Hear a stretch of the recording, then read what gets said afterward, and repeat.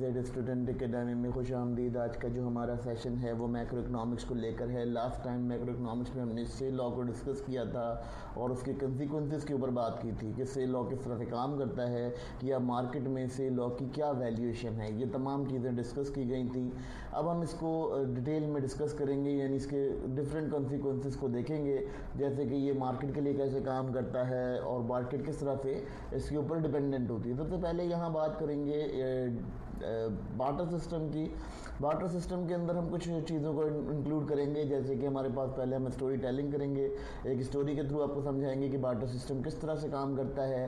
फिर उसके बाद इंट्रोडक्शन देंगे कि थ्योरी बार्टर सिस्टम पे किस तरह से काम करती है। फिर सेल लॉ के जो बार्टर इकनॉमी के अंदर इम्प्लीकेशंस हैं उसको डिस्कस करेंगे और फिर उसके बाद हम डिस्कस करेंगे कि बार्टर सिस्टम का बेसिक मीनिंग क्या होता है, फिर उसके की कॉन्सेप्ट वगैरह को, उसके बाद इसके जनरल ऑपरेशंस के बारे में बात करेंगे और जनरल ओवर प्रोडक्शन वगैरह की जो हालात हैं उसके ऊपर डिस्कस करेंगे। ये हमारा सेशन इस तमाम चीज़ों को कंटिन्यू रखेगा।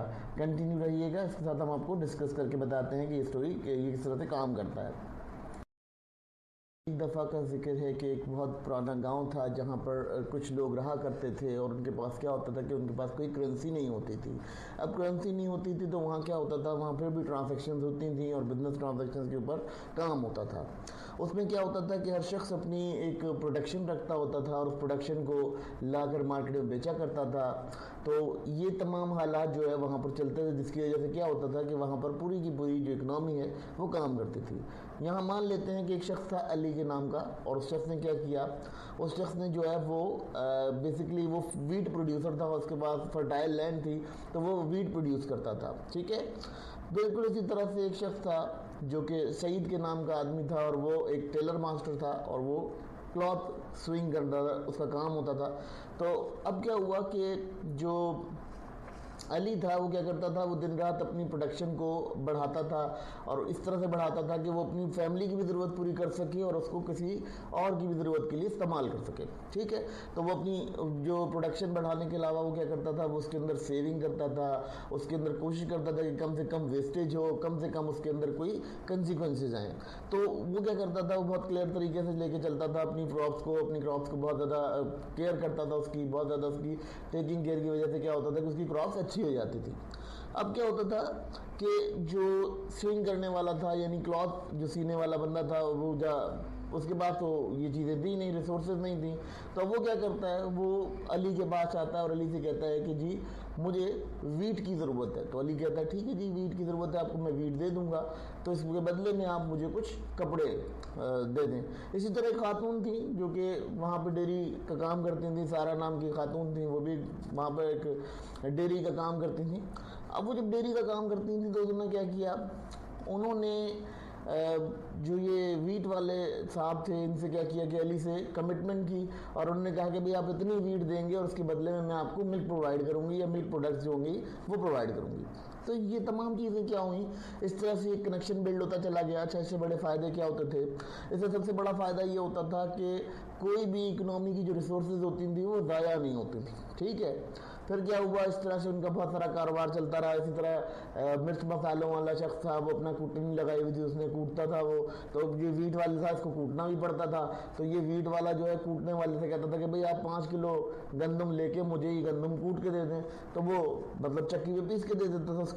तो इसी तरह मसाले वाला था, मसाले वाला भी यही करता था कि जी ये चीज़ें आप पीस के दे दें तो मैं आपको इतने इसमें रिटर्न दूंगा। इस हालात में होता क्या है, इस हालात में सबसे पहले देखिएगा कि यहाँ कोई पैसे की इंट्रैक्शन नहीं थी, कोई पैसा नहीं था, फिर भी एक्सचेंज होता था, लेकिन यहाँ पर प्रोडक्ट का एक्सचेंज होता था। यानी कोई प्रोड्यूसर है, हर शख्स प्रोड्यूसर था, अपनी अपनी जो उसकी सोसाइटी थी, उस सोसाइटी के अंदर वो प्रोड्यूसर था हर शख्स। ठीक है, वो प्रोड्यूस करता था और उसके बाद क्या करता था कि यहाँ पर कोई चीज़ स्टोरेज नहीं होती थी, ये सिर्फ वर्क फॉर सीजनल हुआ करता था कि जैसे जिसका सीज़न है वो सीज़न के अंदर करेगा, क्योंकि स्टोरेज करना बहुत मुश्किल हो जाता था। तो ये कि जैसे किसी फल का या किसी फ्रूट का सीज़न होता था वो उसी वक्त अवेलेबल होता था, तो ये एक बड़ा इंपॉर्टेंट इशू था यहाँ पर।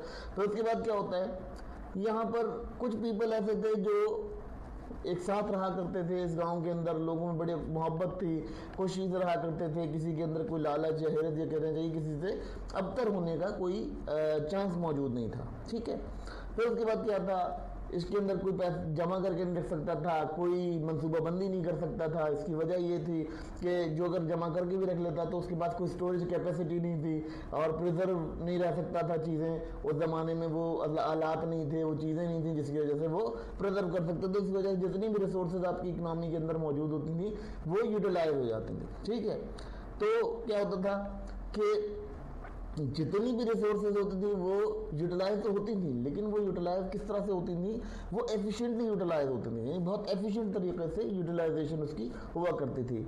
अब इसी चीज़ को समझते हैं कि अब यहाँ क्या होता था। यहाँ सबसे बड़ी चीज़ ये होती थी कि वेस्ट नहीं होती थी कोई भी चीज़, कोई भी आप इवेंट देखें तो उसमें वेस्टेज नहीं होती थी। तो ये बड़ा एक इम्पॉर्टेंट इवेंट था हमारे लिए, क्योंकि इसमें कोई वेस्टेज नहीं थी। जब वेस्टेज नहीं थी तो ऑलमोस्ट ये क्या करता था, ये एक बहुत ज़्यादा अप्रूवल वे के अंदर चला जाता था और वहाँ पर इस पूरे गांव की जो कम्युनिटी थी वो खुशहाल रहती थी, क्योंकि कोई चीज़ ज़ाया नहीं होती थी, कोई चीज़ हॉर्ड नहीं की जाती थी, बिल्कुल न्यूट्रल चला करते थे। तो ये क्या होता था, जितनी प्रोडक्शन करते थे उसको सप्लाई कर देते थे और प्रोडक्शन को सप्लाई के अकॉर्डिंग देखा जाता था, प्रोडक्शन और सप्लाई इक्विवेलेंट हो जाती थी। तो इस तरह से ये बार्टर इकनॉमी काम करती थी और उनका जो गांव था वो खुशी खुशी रहता था, सब उसमें हंसी खुशी रहते थे और उसमें किसी को किसी से बदतरी की या किसी से बढ़ने की कोई लालच मौजूद नहीं थी। फिर उसके बाद क्या होता है कि जितना प्रोड्यूस करोगे उसे लाजमी मार्केट में बेचना ज़रूरी है, क्योंकि अगर उसे बेचा नहीं तो उसके कोई प्रिजर्व मौजूद नहीं थे। तो इस वजह से क्या होता था कि जो डिमांड थी वो सप्लाई के अकॉर्डिंग ऑटोमेटिक बैलेंस हो जाती थी। तो ये इनका बड़ा एक मॉडर्न इवेंट था जिसको हमें यहाँ देखना बड़ा ज़रूरी है, क्योंकि जो इनकी बेसिक कॉन्सिक्वेंसेज हैं से लॉ के वो अब आपको समझ में आएंगे। और फिर हम मॉनेटरी पॉलिसी के ऊपर भी इसको डिस्कस करेंगे, क्योंकि ये भी बार्टर सिस्टम पर डिस्कस करें, फिर मॉनेटरी के लेवल पर डिस्कस करेंगे। तो मॉनेटरी लेवल पर जब डिस्कस करेंगे तो वहाँ हम एक और आपको स्टोरी टेलिंग से समझाएंगे। अब ये मालूम करते हैं कि इस पूरी स्टोरी से जो है हमें कौन कौन से लेसन मिलते हैं या कौन कौन सी इवेंट्स जो कि हमें से लॉ के अंदर देखे जाते हैं वो किस तरह से कवर करती है हमारी ये स्टोरी जो हमने अभी आपको बताई है।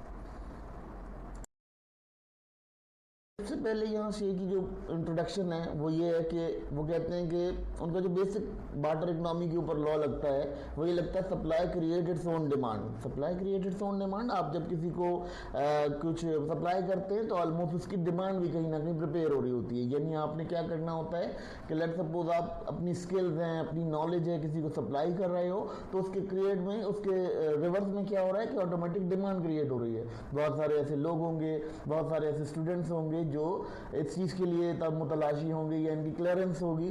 तो अगर हम किसी चीज़ की सप्लाई कर रहे हैं तो ऑलमोस्ट उसकी डिमांड जो है वो बनती चली जा रही है और डिमांड क्रिएट करती है जब आप अपनी सप्लाई और डिमांड के ऊपर काम करते हैं। सिंपल सी बात समझिएगा कि अगर मैं एक प्रोड्यूसर हूँ और मैं प्रोड्यूसर की हैसियत से आपके साथ काम कर रहा हूँ या कैलिब्रेट कर रहा हूँ तो ऑलमोस्ट मैं क्या कर रहा हूँ, मैं किसी न किसी के लिए डिमांड भी क्रिएट कर रहा हूँ, क्योंकि अगर मेरा व्यूवरशिप नहीं होगा तो ऑलमोस्ट मैं किसी के लिए डिमांड क्रिएट नहीं करूँगा। बिल्कुल इसी तरह से बार्टर इकनॉमी है। बार्टर इकनॉमी में क्या था कि जितनी वो गंदम प्रिपेयर कर रहा था ऑलमोस्ट उसे सारी की सारी गंदम जो है मार्केट में ले जाके बेचनी होती थी, क्योंकि उसके पास कोई रिजर्व रखने का या कोई प्रिजर्व करने का जो कंडीशन होती हैं वो नहीं थी। ठीक है, फिर अगर बात करते हैं इसका जो कोर प्रिंसिपल था वही कहते थे जो प्रोडक्शन हुई है गुड्स की वो ऑटोमेटिकली जनरेट कर देती है आपके लिए इनकम। ठीक है, बिल्कुल ऐसे ही है, क्योंकि वहाँ कोई इनकम नहीं थी, गांव में कोई पैसा नहीं था, लेकिन क्या करते थे जो प्रोड्यूस करता था वही ला के उसे बेच सकता था। तो वो क्या करता था उसकी वजह से अच्छा उसमें क्या होता था कि तमाम जो लोग होते थे सोसाइटी के वो कुछ ना कुछ प्रोड्यूस कर रहे होते थे। अगर कोई किसी को कुछ नहीं भी आता था तो वो कोई ना कोई सपोर्ट करके अपनी इकनॉमी को रन कर रहा था। ठीक है, तो प्रोडक्शन ऑफ गुड्स जो थी वो ऑटोमेटिकली जनरेट करते हैं। अच्छा इससे एग्जाम्पल से भी समझ लेते हैं कि एक मजदूर है, वो 200 किलो गंदम प्रिपेयर करने का आदी है। ठीक है, एक दिन में वो 200 किलो गंदम प्रिपेयर करता है और उसकी वेजेस है $10 या ₹10 उसकी वेजेस है। ठीक है, तो अब उसकी टोटल प्रोडक्टिविटी क्या होगी, टोटल प्रोडक्टिविटी निकल आएगी 20। ठीक है, यानी वो 20 बैग्स हैं वो प्रिपेयर कर पा रहा है गंदम के। ठीक है, अब उसमें कंडीशन क्या होती है, अब इस कंडीशन को समझ लीजिएगा कि जब उसने वो 20 गंदम के बैग बनाए हैं तो ऑलमोस्ट उसकी 5 या 6 कंजप्शन वो खुद भी करेगा, क्योंकि 5 से 6 उसकी अपनी भी कंजप्शन होगी। तो ऑलमोस्ट जो प्रोड्यूसर है वही ऑटोमेटिकली उसका कंज्यूमर भी है और उसी की डिमांड है। तो ये कंडीशन समझ लीजिएगा, basically supply created on demand का यही मतलब है कि जो प्रोड्यूसर है वो ऑटोमेटिकली उसका कंज्यूमर भी है। फिर उसके बाद बात करते हैं जी प्रोडक्ट, उसके बाद इनकम क्रिएट डिमांड।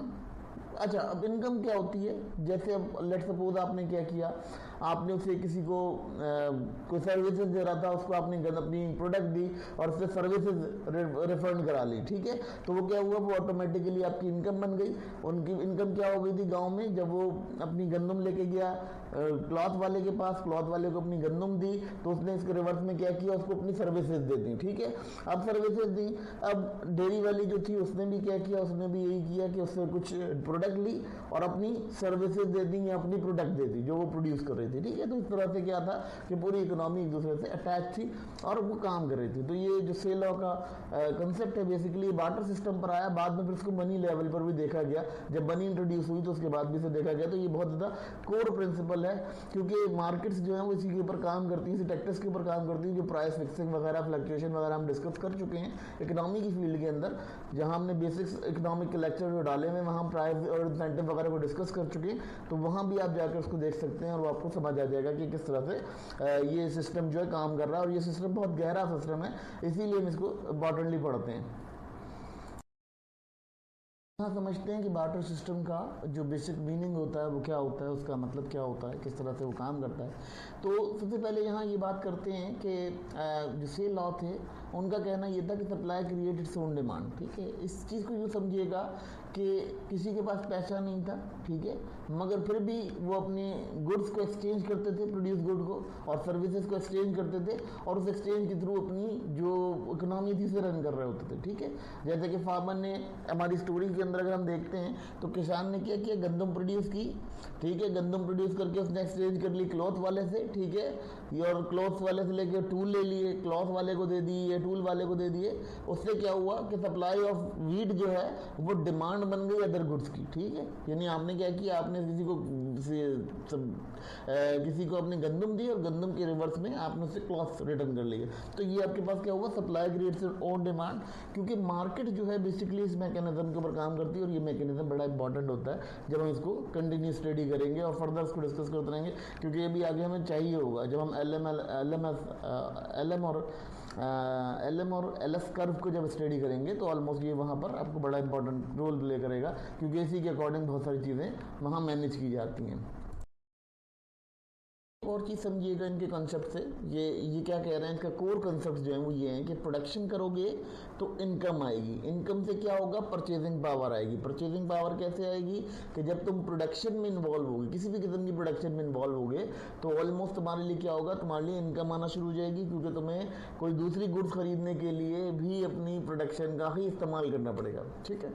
फिर उसके बाद देखते हैं जी अब क्या होता है, जो गुड्स प्रोड्यूस हो रही हैं वो किसी ना किसी जरिए से पेमेंट का भी जरिया बन रही हैं। सिर्फ प्रोड्यूस नहीं हो रही, वो किसी ना किसी जरिए से किसी को पे भी की जा रही हैं, जिसकी वजह से क्या हो रहा है कि आपका सिस्टम जो है वो इकोनॉमिकली काम कर रहा है।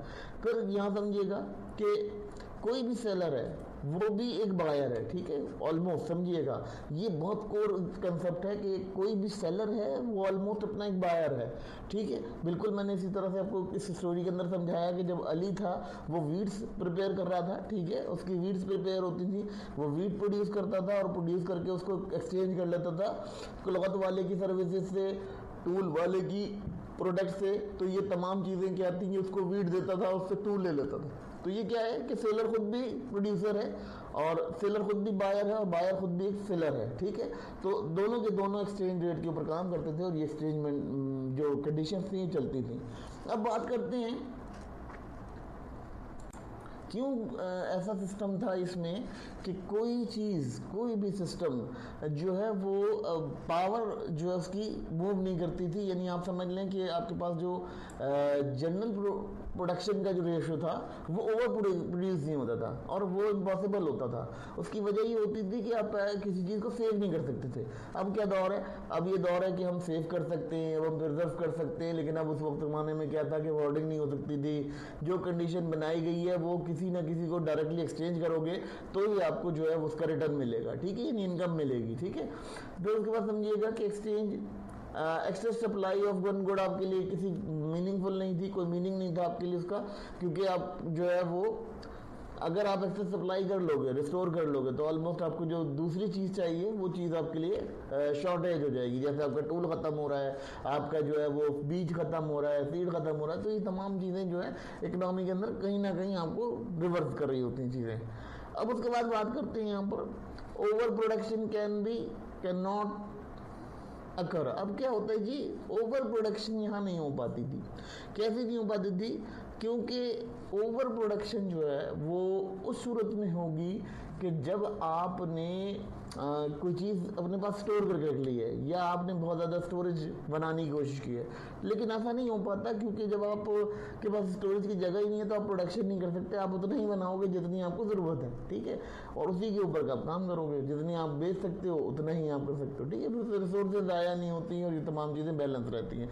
तो इसलिए यहाँ देखा जाता है कि ओवर प्रोडक्शन नहीं होती, क्योंकि वो चीज़ डायरेक्टली एक्सचेंज हो जाएगी। तो किसी को ये होर्डिंग ही नहीं होती कि हमें ज़्यादा पैसा कमाना है या ज़्यादा अर्निंग करनी है तो वो ओवर प्रोडक्शन करें या फिर उसकी होर्डिंग करे या स्पेकुलेशंस करे, मार्केट को मूव करे। तो ये बार्टर सिस्टम का एक इंपॉर्टेंट पॉइंट है जिसको हम देखते हैं और ये समझना भी बहुत ज़रूरी है आपके लिए। से कि लॉस के जो हैं वो कुछ इंपॉर्टेंट जैसे कहना चाहिए कि एजम्पशंस हैं, उन एजम्पशंस को देख लेते हैं। परफेक्ट कंपटीशन, यानी आपका परफेक्ट कंपटीशन इसी सूरत में हो सकता है जब आप बार्टर इकनॉमी के अंदर इन्वॉल्व होते हैं, ठीक है। जब आप बार्टर इकनॉमी के अंदर इन्वॉल्व होते हैं तो आपका परफेक्ट कंपटीशन कैसे होता है समझ लीजिएगा कि सिंपल सी बात है कि आपने जो प्रोड्यूस किया है उसकी क्वालिटी भी ऐसी होनी चाहिए कि जो शख्स आपको चीज़ दे रहा है वो देखिए, सिंपल सी बात समझ लीजिएगा। एक स्टोरी से इसको समझाता हूँ कि परफेक्ट कंपटीशन को। एक शख्स था, वो क्या करता था, वो मक्खन सप्लाई करता था। मक्खन सप्लाई करता था तो वो क्या हुआ कि वो एक दफ़ा एक शॉप पे गया और वहाँ वो उसने मक्खन को सप्लाई किया। अब वो मक्खन को सप्लाई करता है तो उसमें क्या होता है कि वो क्या करता है कि उसी करियाने वाले से वो चीनी लेके चला जाता है, ठीक है। अब वो चीनी लेके जाता है तो एक दिन क्या होता है, करियाने वाले को शक होता है कि ये मक्खन जो है कम ला रहा है, कम तोल के ला रहा है। तो कहता है अच्छा भाई। अब वो क्या करता है कि एक दिन ना उसको तराजू पे रख के तोलने लगता है। जब उसको तोलता है तराजू पे रख के तो कहता है कि उसमें देखता है तो तकरीबन 75 ग्राम का फ़र्क आ रहा होता है, 75 से 100 ग्राम का फ़र्क आ रहा होता है। वो कहता है भाई तुमने तो मेरे साथ चीटिंग की है। खूब लड़ाई वड़ाई होती, बहस वहस होती है। बहस वहस होने के बाद क्या होता कि वो कहता जी देखिए मैं गरीब आदमी हूँ, मेरे पास तो कुछ है ही नहीं, ठीक है, कि मैं नाप तोल कर सकूं। मैं ऐसा कर लेता हूं कि जो आपसे 1 किलो की चीनी पैकेट लेके जाता हूं, उस चीनी के पैकेट को एक तरफ रखता हूं और दूसरी तरफ मैं अपना ये मक्खन रखता हूं, तो ये बराबर हिसाब आ जाता है, तो मैं आपको ला के दे देता हूं। तो इससे क्या होता है कि ये समझना बड़ा इंपॉर्टेंट है कि जब आप बार्टर सिस्टम में होते हैं तो ऑलमोस्ट आपका परफेक्ट कंपटीशन होता है, क्योंकि जो आप दे रहे होते हैं उसी हाथ ले रहे होते हैं, ठीक है, उसी तरह से ले रहे होते हैं। क्योंकि सीधी बात है वो भी अपनी रिसोर्सेज आपको दे रहा है, आपको परचेजिंग पावर दे रहा है, जिस तरह की उसकी परचेजिंग पावर है इंक्रीज हो रही है, लेकिन वो क्या कर रहा है, उसका रिटर्न ले रहा है, ठीक है। जब उसका रिटर्न ले रहा है तो ऑलमोस्ट क्या हो रहा है कि अब कंडीशन यहाँ ये समझिएगा कि अब वो जो मक्खन की टिक्की अब 100 ग्राम कम था तो ऑलमोस्ट वो चीनी में भी तो 100 ग्राम कम दे रहा था। तो इसी वजह से क्या हुआ, दोनों के दोनों एक दूसरे के साथ डिचिंग कर रहे थे, ठीक है। तो ये समझना बड़ा इंपॉर्टेंट है कि यहाँ परफेक्ट कंपटीशन होता है, क्योंकि जैसा आप करेंगे वैसे ही आपको रिटर्न मिलेगा, ठीक है। फिर उसके बाद नो होर्डिंग, यहाँ कोई होर्डिंग नहीं हो सकती क्योंकि आपके पास कोई मनी मौजूद नहीं है। तो जब मनी मौजूद नहीं है तो आप कोई पैसे को जमा करने का या ज़ख़ीरा करने का नहीं सोच सकते, क्योंकि सीधी बात है प्रोडक्ट ख़राब हो जाती है। ऑन द टाइम अगर गुजरे तो प्रोडक्ट ख़राब हो जाती है, तो वो मार्केट में ऑलमोस्ट यूटिलाइज होना बहुत ज़रूरी है। तो उसके बाद फुल एम्प्लॉयमेंट कहते हैं कि जी हर बंदा प्रोड्यूसर है, हर बंदा अपनी अपनी एक प्रोडक्शन कर रहा है कि प्रोडक्शन के अंदर काम चल रहा है उसका, तो क्या कर रहा है वो प्रोड्यूसर भी है, ठीक है। वो प्रोड्यूसर है तो ऑलमोस्ट उसकी सिस्टम कैसे चल रहा है, वो सिस्टम चला रहा है कि प्रोडक्शन करता है, ठीक है। प्रोडक्शन करने के बाद वो उसको मार्केट में ला के सेल आउट करता है। जितनी वो प्रोड्यूस करेगा उतनी उसकी परचेजिंग पावर होगी और वो उस हिसाब से दूसरे शख्स से भी उसकी सर्विसेज ले लेगा। तो तमाम लोग जो हैं वो तकरीबन एम्प्लॉयड होते हैं। ये इनका जो परफेक्ट कंपटीशन है वाटर सिस्टम के अंदर इस तरह से बैठता है, यानी इनके जो एजम्पशन है वाटर सिस्टम में इस तरह से बैठते हैं। फिर बात करते हैं फ्लेक्सिबल प्राइसेस। अब कंडीशन एक और आ जाती है। फ्लेक्सिबल प्राइसेस क्या होती हैं कि भाई मैंने वही कहा कि मक्खन अगर 100 ग्राम कम है तो वो दूसरे शख्स ने भी उसमें 100 ग्राम कम चीनी दी है तो उसको मक्खन 100 ग्राम कम मिला है। बिल्कुल इसी तरह से प्राइजेज होती हैं। जब आप बार्टर सिस्टम के अंदर देखते हैं तो प्राइजेज भी ऐसी फिक्स होती हैं कि जैसी आपकी क्वालिटी होगी, जैसे आपका प्रोडक्ट होगी, उसके अकॉर्डिंग आपको दिया जाएगा। अगर आपकी बहुत अच्छी गंदम है, बहुत मोटा दाना है गंदम का एग्जाम्पल के तौर पर, तो अब वो क्या होगा, वो वजन में ज़्यादा आएगा तो ऑलमोस्ट उसी हिसाब से आपकी जो प्राइजेज होंगी वो फ्लक्चुएट की करी जाएंगी, ठीक है। क्योंकि जो उसके यूनिट वगैरह से ज़माने में होता था उस यूनिट के अकॉर्डिंग इसे देखा जाता था। तो इसके एजम्पशन यहाँ बहुत अच्छे से काम करते हैं। तो इसके कुछ एग्जाम्पल देख लेते हैं। इसके एक एग्जांपल ऐसे देखते हैं कि कारपेंटर है वो फर्नीचर बनाता है, ठीक है। फार्मर जो है वो क्रॉप्स प्रोड्यूस करता है। अब क्या होता है, क्रॉप्स वाले का क्या होता है कि क्रॉप्स वाले को फर्नीचर की ज़रूरत है और फर्नीचर वाले को क्रॉप्स की ज़रूरत है, यानी वीट की ज़रूरत है या गंदम की या मेज़ की या अनाज की ज़रूरत है। तो वो क्या करेगा, वो ऑलमोस्ट अपनी सर्विसेज को एक्सचेंज कर लेगा, यानी फर्नीचर उसको देगा और फर्नीचर के बदले उससे क्रॉप्स ले लेगा, ठीक है। जिससे क्या होगा कि दोनों की प्रोडक्शन जो है क्रिएट करेगी डिमांड। वो भी प्रोड्यूस कर रहा है, ये भी प्रोड्यूस कर रहा है, सेलर और बायर दोनों प्रोड्यूस कर रहे हैं, ठीक है। और बायर और सेलर आपस में इंटरकनेक्टेड है, जिसकी वजह से क्या हो रहा है कि बायर और सेलर दोनों साइड बैलेंस हो रही हैं। तो सप्लाई क्रिएटेड ऑन डिमांड, यानी जो सेलर है वो भी खुद सेलर है, ठीक है, और जो बायर है वो खुद भी एक बायर है, ठीक है। उसको एक चीज़ की बायमेंट खुद करनी है और एक चीज़ उसकी सेल करनी है, तो वो सेल भी खुद ब खुद कर रहा है। तो ये तमाम चीज़ें समझना बड़ा इंपॉर्टेंट है, क्योंकि इसी के अकॉर्डिंग कुछ कॉन्सेप्ट्स हैं आगे जिसको हम डिस्कस करेंगे। मैक्रो इकोनॉमिक्स के बड़े कोर कॉन्सेप्ट्स हैं जो इसके ऊपर बड़ा डील करते हैं, क्योंकि मार्केट है, मार्केट के अलावा बहुत सारे सिस्टमैटिक चीज़ें हैं जिनको समझना यहाँ बहुत ज़रूरी है।